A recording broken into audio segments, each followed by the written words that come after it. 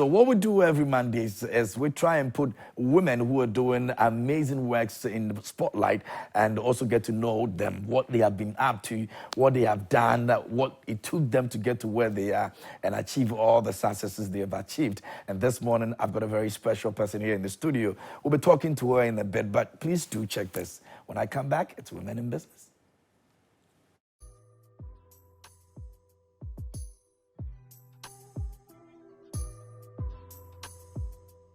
Books are a uniquely portable magic. Today on Women in Business, we examine this statement with Mrs. Joyce Agyare, co-founder of Smartline Publishers. If you're looking for books, publishing services, scholastic learning zone, library consulting, or educational resource supplies, they have it all. As a publishing company, they have all kinds of books, textbooks, biographies, reading books, and e-programs. Joyce has for the past 23 years consulted for many African countries, including Kenya, Morocco, and Tunisia, for Scholastic Incorporation, the largest publisher and distributor of children's books in the world. Joyce is our guest on Women in Business segment today.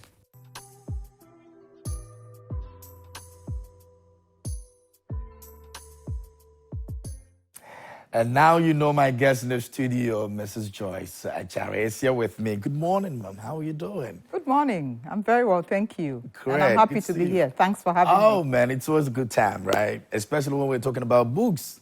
I know. And it's great to meet you in person, too. Thank you. I think you're doing a fantastic job. Thank you. Thank you so much. Thank you so much. So I don't know how many people would want to be looking at, publishing, reading, and all of that. There's another aspect that I'll be asking you. I'm sure we'll talk about that later. But for the past 17 years and still counting, you've been doing this. What kept you on books? Well, I have a passion for it, but let me say a little bit about our company, Smartline. It started with, my husband, who at the time we had come from the UK. After university, we both went to the University of Science and Technology. Now, NUST, and straight after our degrees, we went to the UK, to surgeon for for about 8 years. And when we came back, we made a decision that he would, look after this company that we wanted to start, and then I would go out and work. So it was only after about 12 years of work. That was our decision. That was our decision. Yes. We have a great relationship, and we can talk about issues and what the next best steps are. So that's what happened. So he ran it for about 12 years, and then I went out to work so that we can pay the bills, you see. It was very necessary. And then I came back into the company to support. So he is the CEO and I'm the executive director. And the publishing landscape and the publishing business is such that there are different aspects of it. So he is the publisher in the house. I mean, publishing is about taking a manuscript or something that somebody has written and then turning it into something that's palatable for a target audience. Okay. So he does that part. I'm the admin and the marketing person. So in a nutshell, that's what it is. You were asking about. I'm going to delve into that, but because of what we're doing with the election headquarters, we'll be going in and out of that conversation as well. But there's something that I need you to watch from the AMA building right now with regards to the election headquarters launch. When I come back, Mrs. Agyare is here with me. She's going to be here with me throughout the period. We're spending some quality time together, so please do stay.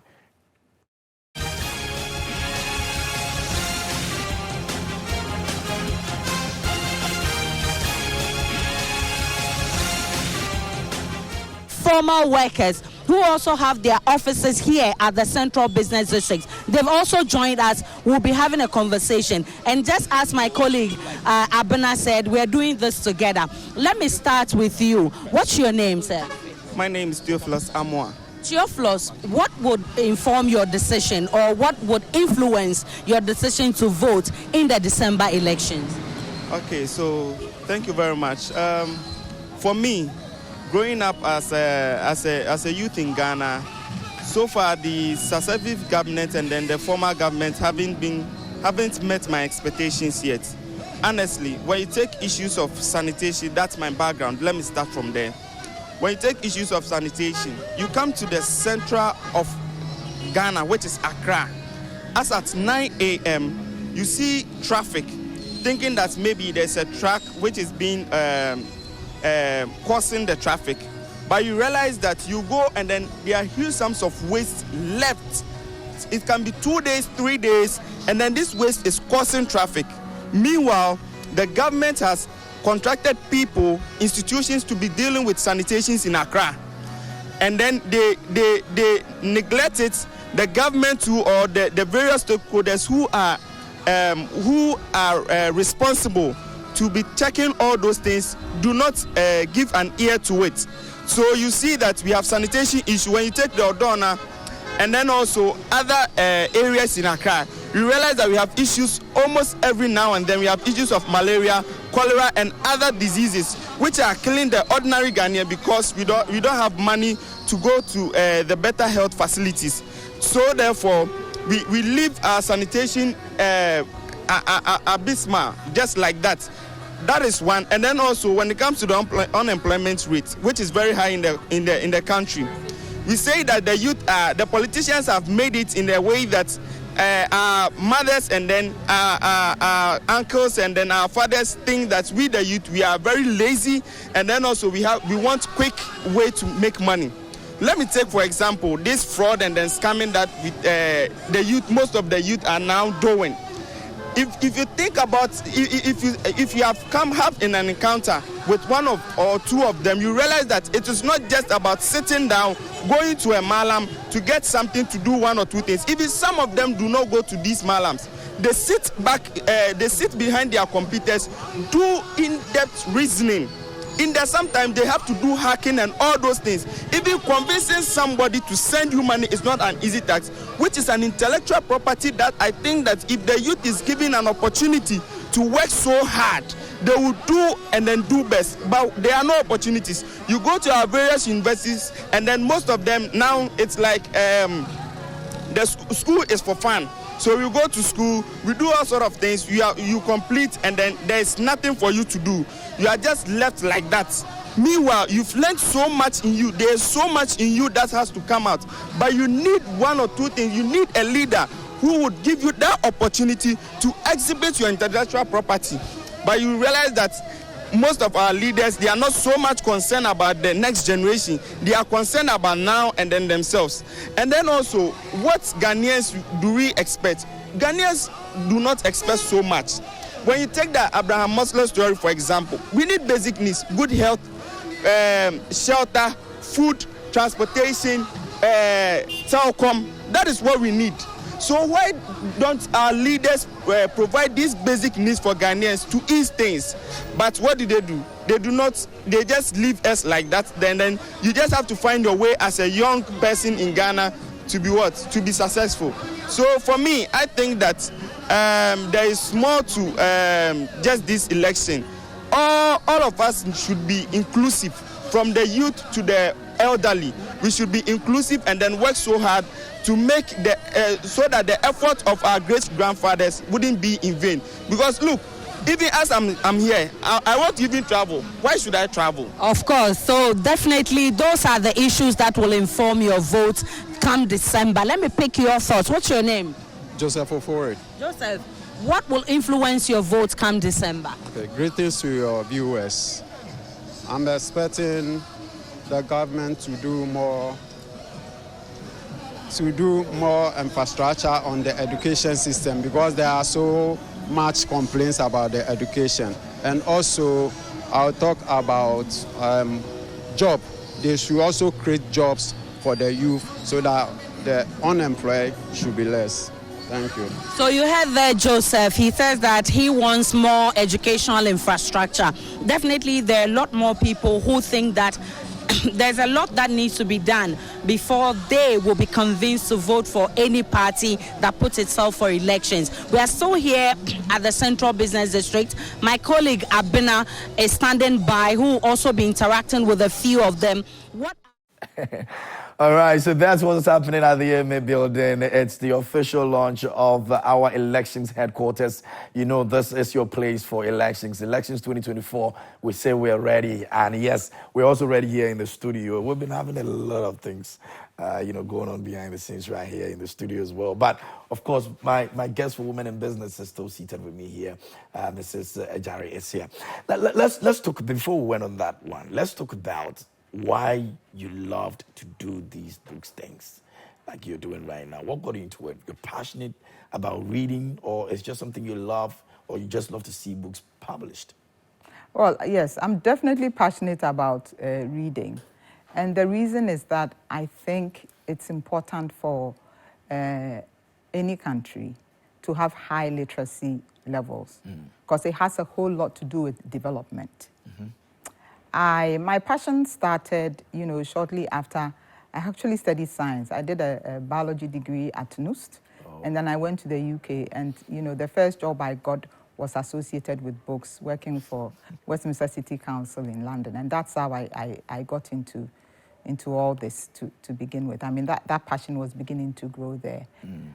So back to the literacy issue. Yeah. See, if you take the poverty map of the world, and you take the illiteracy map of the world and you put them together, all the countries where there's illiteracy are poor, have very high poverty levels. What are we talking about? We're talking about a situation where, because people are not literate and they're not reading, they cannot actually think critically and logically. And so it's very difficult for them to make the right choices, whether it's about the right politicians to have, the food, their own, it affects their own creativity, their lifestyles, and so on and so forth. So that's what kind of gingered my interest in, the importance of literacy first and foremost. And then, of course, I went into publishing. After my biology degree, when I got to the UK, I studied information studies. And it was just eye-opening to me some of the things that, were happening in the UK with regards to literacy. Everything is written down somewhere. If you walked into a library and you had moved into an area, you would find information about where the schools are, where the doctors are, how to start a business, and so on and so forth. So it's all those experiences that I had, the exposure that, by God's grace, that got me into publishing. And one important thing happened too. When we started having children, we have 2 adult kids. We wrote a book, my husband and I. We called it Birthday Zoo, and it was just a simple counting book for children. So our first book was actually the very first one that we published. How did that fare? Well, pretty good. I mean, we've run out of copies, so we have to, keep printing more every now and then. And then we thought that it was a great opportunity for other people who have stories to tell to also write. See, and the thing is, if we want to read as a nation, we want to be literate, we have to start by reading our own stories. The stories will have to be ones that we can relate to. It's good to, I represent the largest publisher and distributor of children's books in the world in Western Africa, like you said, Scholastic. It's a huge company headquartered in New York. They have so many books. Yes, we sell some of those books locally. You need to read foreign text as well, but definitely if you want to, have a taste and feel of your own culture and preserve it, you have to read your own material. And it's all these experiences that have come together to make me so passionate about, In terms of our local books and all that, are we doing much about it, or it's not something that is being encouraging? Doing much in terms of, are we writing? Are we writing more? We are not writing as much as we should. But you see, if you don't read, you can't write. And even if you wrote a book, you think that is the best thing ever, and it might not be. And then, again, if you haven't read a whole lot, you are not likely to sell the book beyond our borders. But we must. You see, we think about cocoa and gold and so on and so forth. But we have so many golden stories that are equivalent to millions and millions of dollars. See, when you take a book from outside and read, you are reading somebody else's story. They are selling it to you because we are inquisitive as human beings. We want to know about everything else that's happening out there. So other people also want to know about Ghanaian stories. But we are not writing as much as we should. And when we do write, like I said before, it's not, should I say, not tasty. It's not, it's not as fun because we struggle with this whole landscape of good language and what have you. So it's kind of a vicious cycle. You read a lot and then you can write. And when you write, my recommendation is, I mean, of course, there are different kinds of publishing. Get an expert. Don't think that the thing you've written is it. Get an expert to look at it for you, because within a publishing house, there are different experts who will work on your story to turn it into, something that's palatable for the target audience and something that can travel beyond our borders. I mean, you know about Harry Potter, don't you? Yeah, that woman is a billionaire now. Yeah. What did she do? She wrote a story. What about her? We've written our Anansi stories, but add salt and pepper to it, turn it into something. Is that where the difficulty is? Well, yes. With regards to, the writing, how to make it more interesting. Or people have the idea to write, but it's just like they don't know how to make it captivating so people can read. So it's a number of things. One, you might have a story, and you might not be a great writer. Okay. That's fine, so long as you have a story and you can craft it somewhat. You can always approach a publishing house with your initial crafting of it to get them to turn it into a great story. That's number one. Or you might be a great writer, and even after you've written it, you should still use a publishing entity like ours so that the experts can come to play to turn it into what it should be. Because when you bring a manuscript to a publisher, they are looking to see what kind of book is it, what's the target audience, adult, children, does it need illustrators? They take it upon themselves to look within their network and get you the right illustrator to work on the book. You will need editing. Editing is not proofreading. Editing is, does this sentence sound right? Will it make the person imagine over and beyond what you're trying to say? That's what makes reading interesting. So it's all those things that come together to turn the book into, what it should be. So your question is it that people are not writing? Exactly.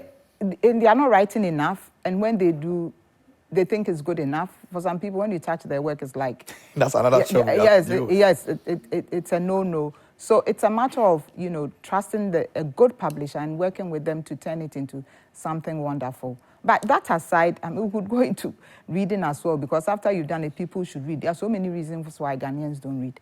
Apart from us not having enough of our own stories, we struggle with our reading competencies.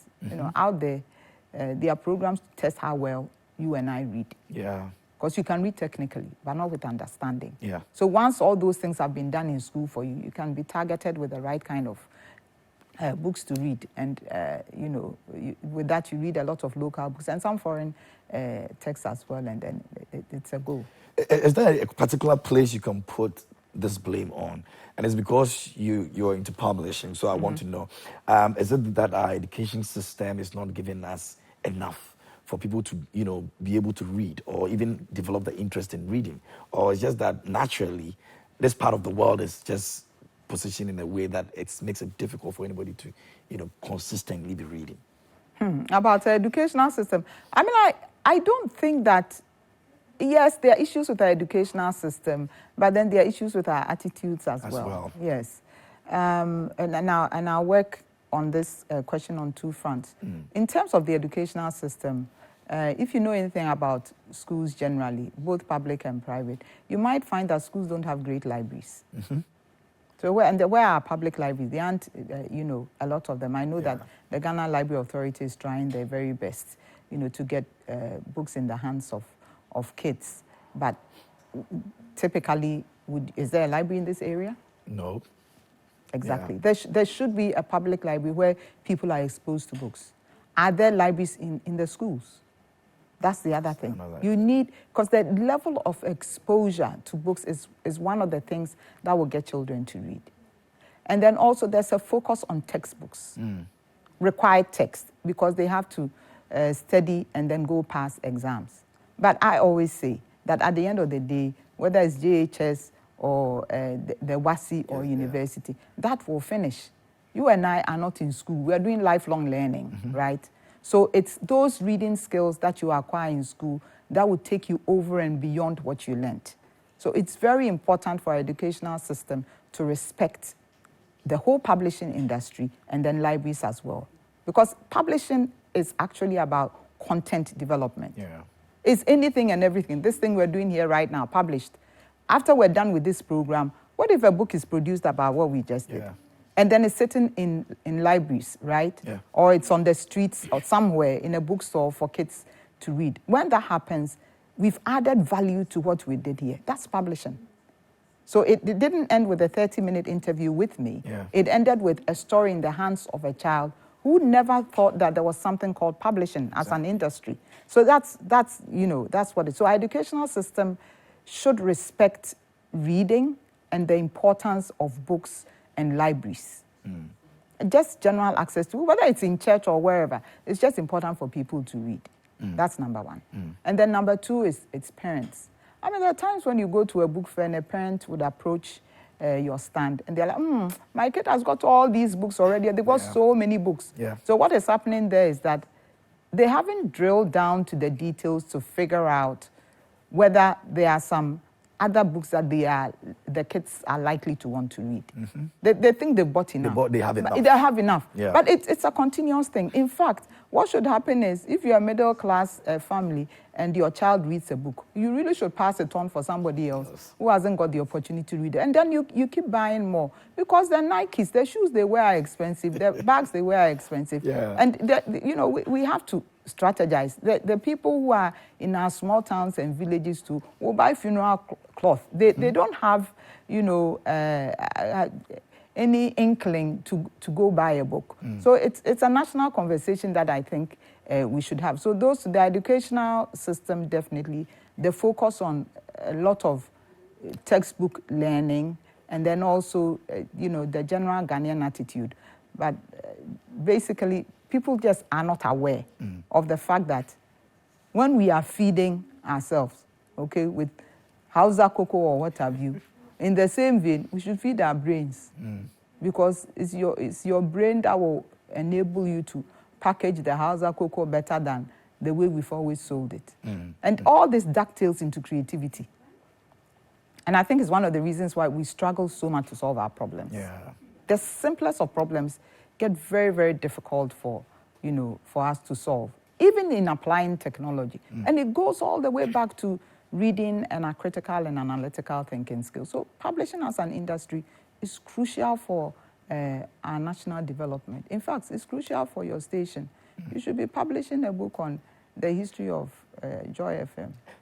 We will do that. I mean, and with us, great. Now that I've told you, we sure will do. I mean, we've got great stories that have been told here on all our platforms, and I'm thinking that it's something that our management would have to take a look at as well. But with all these setbacks you've mentioned, well, not necessarily setbacks, but maybe challenge or difficulties you've mentioned, you're still doing the publishing thing.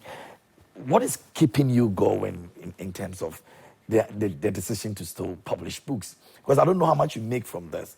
I don't know how much you have to spend to publish other books. And even if somebody can, first of all, let's look at the dynamics. How do you publish somebody's book? What goes into making that person understand that I am capable of publishing the book? There's a marketing aspect of it we'll look at. But let's look at the publishing side. In terms of somebody coming to you, if I walk to you right now and say, I have a book, help me, let this book be popular. Or let this book go out there. What goes into it? Let me explain to you just a second. Exactly how the whole publishing scenario works. So you write a great book, and then you bring it to the publishing house. And I know earlier on we were talking about some misunderstandings, so I'll bring that in. Now, the publisher of the house will look at the material and decide whether it fits the house style. Every publisher has, every publishing company has their own house style. You'll see whether it fits their house style.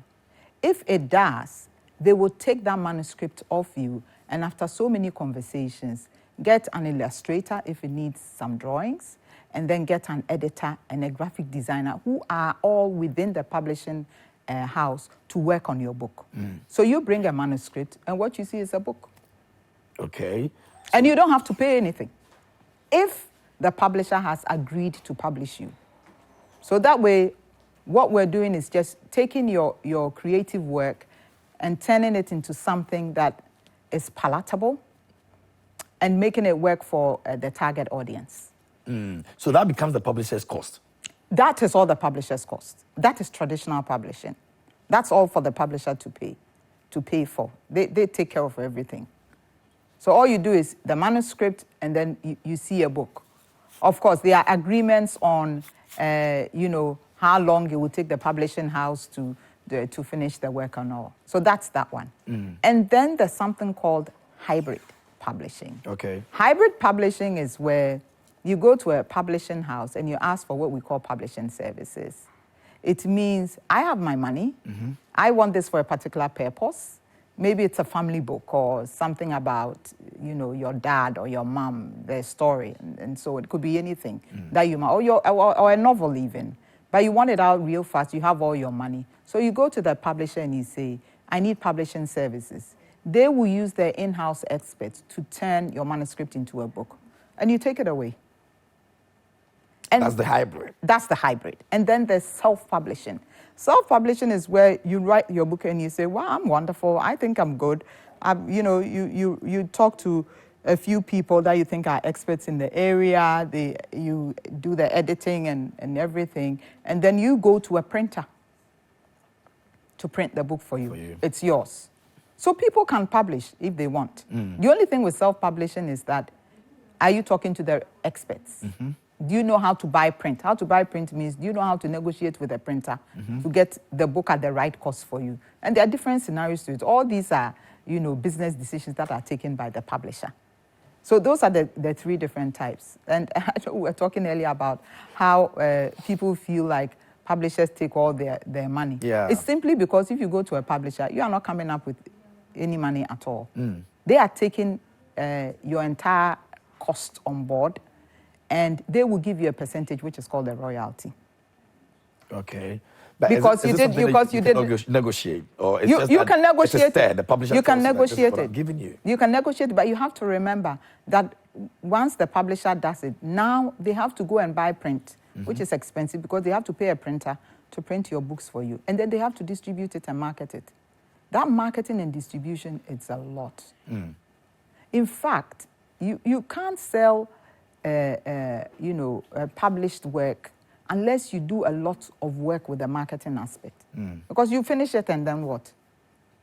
What do you do with it? What do you do with the material? So a lot of people who self-publish find that they turn into business people, they turn into marketers to promote their book.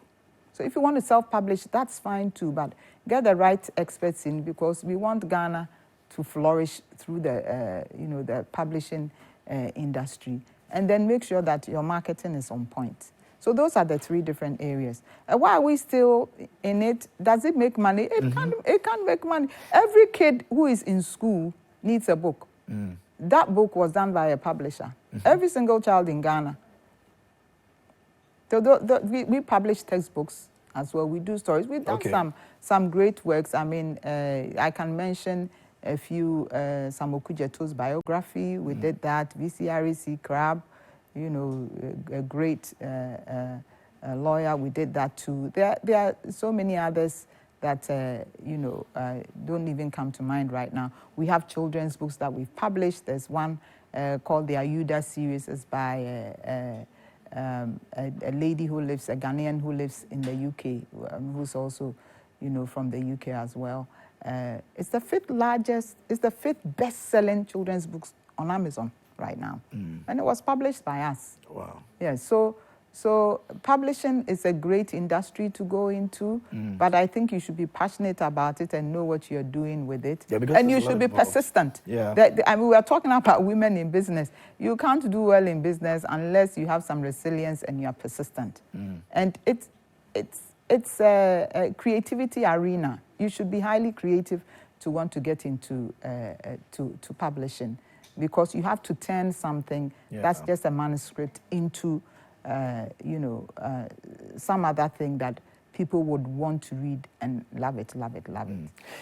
Does it always sell, in terms of the books that come to you, or the books that have come to you, you've believed in that, you've decided to publish it, but it didn't come out the way you expect the book to come out in terms of purchase? That's an excellent question. That happens all the time. Wow. Yeah, sometimes you have a conversation, you gauge, Or sometimes you get pressure from the author who's saying, this is going to be good. I've got so and so and so. These people, yes, I've got all these amazing, sales points and what have you. You look around, you think you've made a great decision, take the work, and then it doesn't, yes. So then that will sit in your warehouse then, right? That's it. That will sit in your, because you will sell it, but not a whole lot of it. And you might make a loss on it. I mean, that happens in business. So, and then you can get a bestseller too. I mean, we've got this business management. I don't know whether your audience can see it. Business management is a bestseller. Yes, a bestseller in Ghana. The students who do business in SHS, they use that book. I'm sure there are others, but it's a great bestseller for us. So publishers always have bestsellers. And see, this is a thing with the publishing industry and the movie industry out there. This is what happens. Some of the bestsellers are the ones that become movies. Yeah. Yes, like I was saying, even before we came back from commercial break, if we want a great movie, it's so much better if it's a book first. It's a great book. Some people have read it. So they are waiting for the movie to come out. This is something that Scholastic does, this company I represent all the time. They have something called Captain Underpants. I mean, they are going to turn it into a movie. They sold millions and millions and millions of copies of the book. So publishing is so crucial. It has a lot to do with the movie industry. But why are we not seeing that in our movie industry? Is it that people like you are not engaging them enough? Or you have tried and it didn't work? They don't understand why a publisher should come and tell me that, you know what, if you want to have the best movie out there, you need to write a book. Or you need to let us write that story for you before you turn it into a movie. I think, you see, it's a lack of connectivity between different industries in this country of ours. And it happens everywhere. Yeah, with banking, and so it's the same with publishing and movies. I don't think that those two industries talk a lot. I don't think it even exists at all. Exactly. So and it has to do with the cycle not working really well.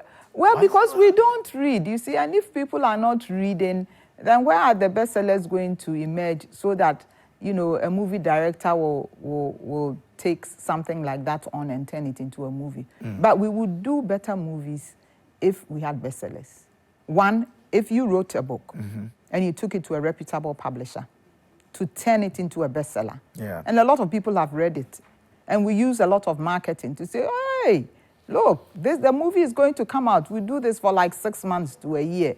By the time the movie is out, people are already waiting to go watch it. Yes, and then it's going beyond. Now we can use technology. It's going beyond our borders. So there is a lot. There's a lot that we can do, selling our stories beyond, people want to know about Ghana.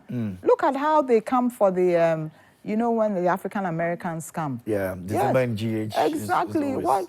What stories are they taking away with them? Think about it. Yeah, so all these are, things that have a lot to do with promoting the publishing industry and then developing. Apart from the things that God gave to us and put in the ground, like gold. Yeah. So there's a lot to it. I mean, look at the Netherlands. The land mass, it's so small. They have very little land. And they are feeding the world. We have a lot of land and we can't. Education, publishing, these things are important. They give us the creativity, and reading would grease our brain cells so that we can think over and beyond the regular and churn something that is out of this world, out there for everybody to see that truly Ghana has something to offer the world. I know there could be someone who would come and believe so much in what he has in terms of a book he's written. I know there can also be the other side where a publisher will look at it and say, you may believe in it, but I don't believe in it, based on what I've seen that you've brought. Are there situations like that you pick a book, so an author brings a book to you, a manuscript, and then says, oh, this is fantastic, this is all I know, but you pick it and you say, I don't think this is what I want to publish. Are there instances like that? Oh, all the time, and the other way too. And occasionally you get it wrong as a publisher. Yeah, that's the other side. I mean, Harry Potter, when it started, the lady showed it around. Yeah, she was rejected. Yeah. So that happens, and sometimes publishers get it wrong. But, many times they are right. And it's a great opportunity for the author to go away and look at the work or ask for help. Ask for help with the manuscript. Is that what sometimes happens? Yeah, sometimes. They want to ask for help. Yes. Think that, oh, I've done great, but they are telling me this, so I want to look at it. So then there are a number of things you can do. One, you can go self-publish. They could be gracious enough to tell you what is as much as you say. Yeah, exactly. Yes. So they can be gracious enough to tell you what is not right with the book, and then you can go and work on that. Or you can find some money and do a hybrid situation, because you can always ask a publisher if they have time to offer publishing services to offer that, just to help you turn this thing you believe in into a book. But if they think they're happy with what it is, they will take it on. The timing might be different from yours. You just have to be patient and work with them to turn it into a proper book. Go ask for printing and get it ready for the market. But you have to remember to be a core part of the marketing. Okay. Yes. You should go around to the target audience, whether it's schools and what have you, to market your book. But it's a very exciting place to be publishing. Yes, I don't know how exciting. Some of my audience are looking at the situation because it looks like it's a very serious place to be. But it looks like it's more exciting for you, which of course is your passion. So yes, I would understand from that angle. But the age brackets of people who come to you, authors who come to you, how is it like in Ghana here? Are we having young writers, or it's just old people who have time to sit and say we want to write? All kinds of people come. Yeah, but we should encourage. In terms of the age bracket, which people come the most? Oh, it's more of adults, actually, to be honest. Exactly. But we are not encouraging children to. Yeah, but you see, people have to air their views and talk about what they are passionate about. You just advertise that you have is it kids who are chefs? Yeah. They can be publishing publishing is a serious industry, but it also meets needs. Why can't they publish their recipes? That's publishing. Are you with me? Yeah. Yeah, so there's a lot of fun in there as well. It's not only the serious things. It's about entertainment also. And we've talked about movies. There are novels that people can write as well. We have so many stories. Things about our festivals. It's about our cultural preservation. So it's an area that requires a great deal of attention and strategy. Because if we want to remain Ghanaians, we need to preserve our culture. And I'm not talking about the way we dress and the way sometimes we can our dances and what have you. No, there are certain values that we hold dear. All these things will have to sit in a book. And mind you, publishing is also about e-publishing. Because these days, at Smartline, each time we do a book, it's on Amazon. Oh, great. Unless you don't want it there. Yeah. Yes. But it's our standard in our office so that your work can travel beyond our barriers. And people will download and buy it simply because the language is good and it's telling them something about Ghana. So yes, it's a serious thing. We have to do the textbooks and what have you. But it's also for fun. It's also for fun. I mean, we have handwriting books and what have you. So there are things for schools, things for universities, for JHS and SHS. And there are things for fun as well. If your child is doing a dot-to-dot book, that's publishing right there too. So there are so many different aspects of it. You had a great start. I mean, your first book was in-house. You were able to make some progress with it. That would encourage you to move on to do other great things like you have done with Smartline, of course.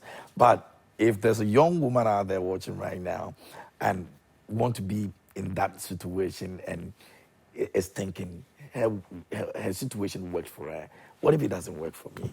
What are some of the things that I need to be looking out for if I fail for the first time? You mean asking you want to go into publishing or generally any business at all? Exactly, anyone wanting to get into that business. Your story may be good, other stories may not be the way your story was. If that person fails, how does the person move on? Are you referring to publishing in particular? Yes. Well, is there anything like failure right here? Well, I think it's more about lessons. Okay. Because you see, when you fail, you know that way doesn't work. You used route A and it doesn't work, so you use B. There are if you want to get into publishing, there are different ways of doing it. I highly recommend that you intern with a publishing company.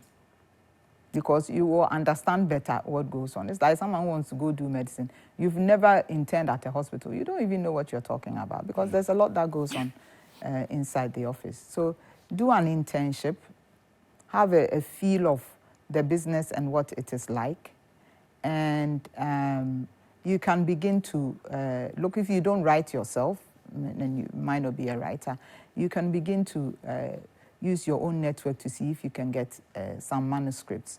You don't give up. Persistence, definitely. But I mean, you have to go into your own checking systems to see whether this is the area for you, because it can be quite intellectual too, because you have to be able to read through a manuscript to figure out whether this will make their mark. Yeah, exactly. You want to publish or not. So definitely that internship will help you, you know, decide on whether you're made for this or not. That's number one. And then number two, my recommendation is find a mentor. Find a mentor on the business side and find a mentor on the publishing side. So they will be able to help you with some certain decisions that you might, you know, want to make with regards to that. And good publishers read themselves. It helps. Yeah. Yes, it helps. And work on your networking too. You see, in this country, I think the Ghana Book Publishers Association has a book fair that it organizes every year. But there are huge book fairs that happen outside the country. There's a London Book Fair, Frankfurt Book Fair. There's one that happens, you know, in Spain for children's books. Sharjah, there's a booksellers conference. There's so many things that happen around the world. Here it's so quiet, people. It's fun. It's fun. Some of the book stands are quite amazing. Yeah. Yes. So it just figure out whether you really are interested. But persistence, like for any other business, just don't give up. In this country, you might not get the help for it, like the big money to start. But we didn't start with big money. We started with 2 computers that we brought from the UK. At the time, computers were not all over the place like this with iPads and what have you. 2 computers and a printer on a dining table. Wow. Yes. But, you know, through it all, we've got it's different. It's very different. Smartline has its own office. We have staff that we are working with. We have an amazing team. We employ a lot of young people. They're so wonderful. They are now doing the reading and everything for you. A big shout out to them. No, actually, they have graphic designers. Okay. You know, there are different kinds of people. Some editing here and there. We have a marketing team. Publishing is not just like the book and then it gets done. Yeah. There are a lot of people in the office who do so many different things to turn the book into what it is. Because and some of the work too is fanned out to you know, consultants who help. When you finish, you have to send it off to somebody who's an expert in the area, and they are likely to be a consultant, to read through the whole thing and advise on the content. Wow. Yes. So it's a lot. Yes, I mean, this is traditional publishing, but publishers also do, like, I mean, at Smartline we sell EE programs as well, and they have videos and books, read along for kids to learn and what have you. So that's huge. That's really, really huge. So I praise you.